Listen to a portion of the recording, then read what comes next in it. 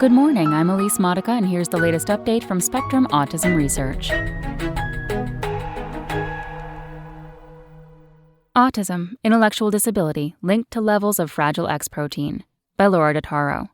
People with particularly low levels of FMRP, the protein lacking in those with Fragile X syndrome, are more likely to also have autism and severe intellectual disability, according to a new study. The lower the level of FMRP, the more severe a person's traits. The findings could help researchers identify who would benefit most from certain treatments, says co-investigator Dejan Budimorovic, assistant professor of psychiatry and behavioral sciences at Johns Hopkins University in Baltimore, Maryland. They could also be used to design better outcome measures for pharmaceutical trials for the condition. This really helped us to work on closing a gap in the field between a person's traits and those traits' molecular origins, Budimorovic says. You really need to pair that with the clinical outcomes that can be translated to the bedside, that the clinicians and patients and families can see, what does it mean to me? Fragile X syndrome occurs when a section of the FMR1 gene, which codes for FMRP, contains more DNA letter repeats than usual. The repeats silence the gene by driving DNA methylation, molecules called methyl groups attached to a region of the gene where it can be switched on, blocking production of FMRP, a protein necessary for communication among neurons. Most people with the syndrome have intellectual disability, or ID, and many also have autism.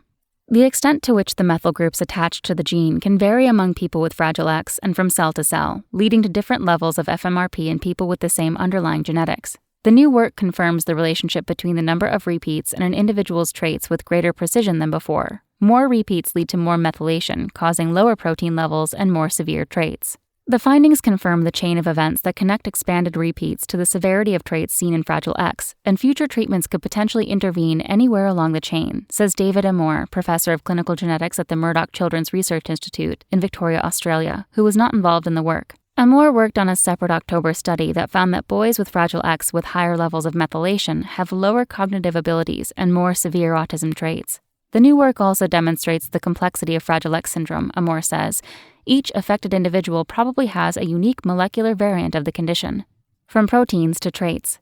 The researchers analyzed blood samples and cheek swabs from 42 people with FMR1 mutations, 9 of them female. 2 male and 3 female participants have 55 to 200 DNA letter repeats, something known as premutation. They were able to analyze FMRP levels in 31 individuals who have full mutations, more than 200 repeats. The boys and men have lower FMRP levels than the girls and women. Because FMR1 is located on the X chromosome, girls and women who have 2 X chromosomes are less likely to be severely affected.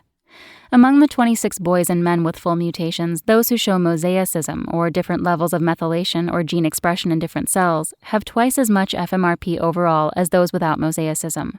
There were too few girls and women in the study for this analysis. Individuals with full mutations have higher methylation levels and lower FMRP levels than do those with pre-mutations. The researchers evaluated the participants with full mutations for autism, anxiety, practical life skills, difficult behaviors, and ID, as measured by intelligence quotient, or IQ. Nearly all have some level of ID, and almost half also have autism. Those with Fragile X and autism have half as much FMRP as those without autism, the team found. Among boys and men with Fragile X, those with severe ID have even lower levels of the protein than boys and men with mild or moderate disability, regardless of whether they are autistic. The findings were published in Brain Science in September. Future treatments. The FMRP results are remarkable, says Randy Hagerman, medical director of the University of California Davis Mind Institute, who was not involved in the work. It shows the importance of really drilling down in the molecular variables. Not all people in the study fit the trend. 3 male participants with low FMRP levels and some mosaicism have only mild or moderate ID. Another has high FMRP and moderate disability, but no detectable mosaicism. These exceptions suggest that interactions between genetics, epigenetics, and proteins provide a more complete picture of the condition than any single measure, says co-investigator Gary Latham, Senior Vice President of Research and Development at the molecular diagnostic company Asuragen in Austin, Texas. It's not any one shot, he says. It's a whole shooting match. The findings could be important for identifying who can benefit from drugs that increase FMRP levels, Hagerman says. The epilepsy and bipolar disorder drug Devalproex sodium, marketed as Depakote, for example, may be able to boost FMRP levels but hasn't yet been shown to be effective in people with Fragile X, she says. A Moore study, which analyzed methylation markers in dried blood spots collected at birth, demonstrates that methylation levels could potentially be used to screen for Fragile X in newborns and predict the type or severity of traits an individual might show. But much more work would be needed for that to be realistic, Latham says.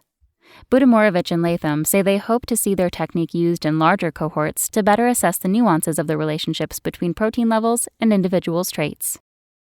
That's all for today. Check back on Friday for more content from Spectrum Autism Research or go to spectrumnews.org.